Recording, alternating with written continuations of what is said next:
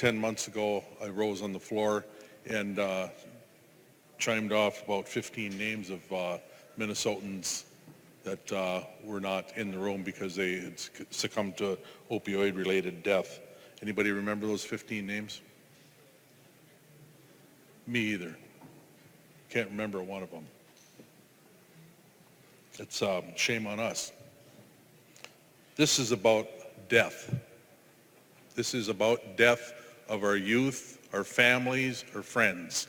I thank Representative Halverson for reminding us of that in her comments.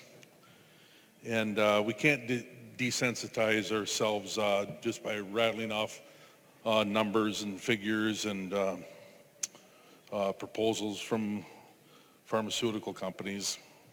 We're not going to escape that. I've been in jobs where I had to desensitize myself from what I was doing, because it could be overwhelming. I was actually a grave digger. That was my first job. I was a grave digger. And people thought it was somewhat interesting, but you knew a lot of those people in these small communities, and a couple of cemeteries that I served.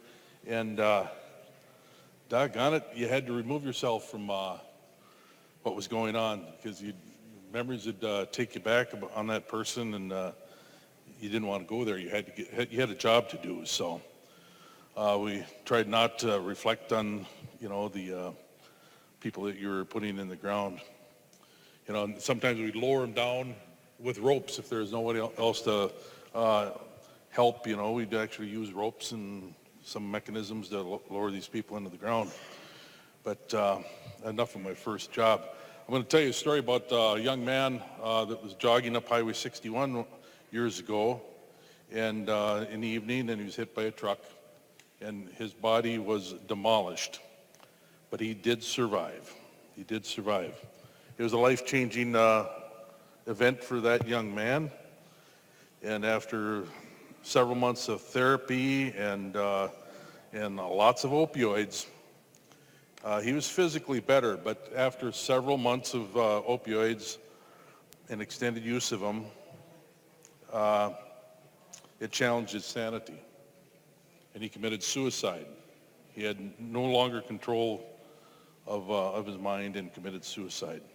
And I'm not going to blame the pharmaceuticals that it was their fault this fellow committed suicide. It's yet to be determined. I don't know if the doctors misprescribed. I'm not going to blame the doctors. I'm just looking forward to voting for a bill that is going to make things better for other people so they don't succumb to some of these challenges. So anyway, after the suicide, he was buried in the cemetery, one of those quaint little cemeteries. It was a cold day in January. So most of the family stayed back in the community center, and just a few people went up. And this is the last burial that I took place in, or assisted in, and I helped lower my brother into the ground. That was the last time I participated in a burial. It made me sensitive to death again. There's no way you can escape that.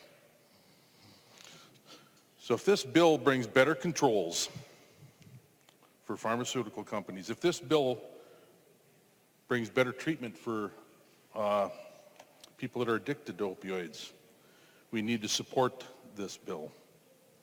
I thank you so very much, Representative Olson, for bringing this up. So with that, I'm just going to remind you that we all share the moral imperative to support House File 400. Thank you.